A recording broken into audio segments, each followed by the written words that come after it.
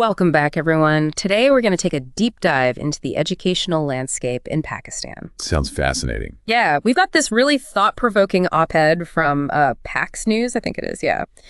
And it really dives into the heart-wrenching decisions Pakistani parents are facing when it comes to their kids' education. Yeah, the cost of education, it can be a huge burden for families. Absolutely. And this piece just lays it all out there. You know, it talks about parents who are working so hard just to put food on the table, like basic necessities. Right. But they also have this dream, this hope of giving their children a better future, a brighter future. And education is the key, right?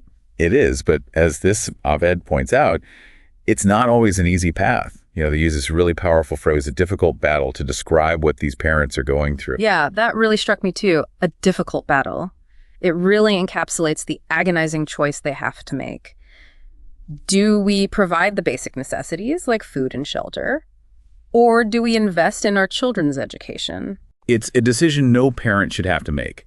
But unfortunately, it's a reality for so many in Pakistan. And this is where it gets even more complex. The article highlights this stark contrast, this divide between the public and private education systems in Pakistan. It's a systemic issue, really. Right. And it paints this pretty bleak picture of public schools. It describes them as like dilapidated, overcrowded, lacking basic resources. Yeah, you can imagine the impact that has on the quality of education. Oh, absolutely. And the shortage of qualified teachers doesn't help either. And on the other side of the coin, you have private schools. They offer better facilities, a higher standard of teaching. But they're also expensive, like prohibitively expensive for many families. Exactly. So it creates this cycle, this vicious cycle, where access to quality education becomes a privilege, not a right. And that ties directly into this broader issue of social inequality, right? Without a doubt. When a huge chunk of population is deprived of a decent education, it just perpetuates that cycle of poverty. It's really hard to break free from that. Absolutely. And this isn't just about like academic performance or test scores. The op-ed goes beyond that. It connects this educational gap to wider societal consequences. Oh, for sure. It talks about the impact on job prospects, the potential for social unrest. Yeah, it even mentions an increase in crime rates. A lack of opportunities can lead some young people down a dangerous path. And when you think about it, limited access to education, it holds back a country's overall development. It's a much bigger issue than just individual struggles. Absolutely. It affects the economy, the workforce, even political stability. It's a significant problem.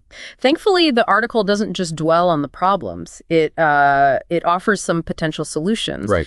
And one that really jumped out at me was this idea of a standardized curriculum across all schools, public and private. It's an interesting idea, aiming to level the playing field and ensure everyone, regardless of background, has access to the same basic knowledge and skills. Exactly. Of course, there are arguments against it, but this op-ed focuses on the potential benefits. Makes sense. They also talk about increasing government funding for public schools, which is, a common suggestion, but they go into specifics, talking about improving infrastructure, teacher training, even offering subsidies to make private schools more accessible to lower-income families. It's a multi-pronged approach, recognizing that there's no one-size-fits-all solution. Yeah, it's about shared responsibility. It's the government, it's parents, it's society as a whole, all working together to ensure every child has a chance to succeed. And that's the core message of the article, right? It's a powerful reminder that quality education, it's not a privilege, it's a fundamental right.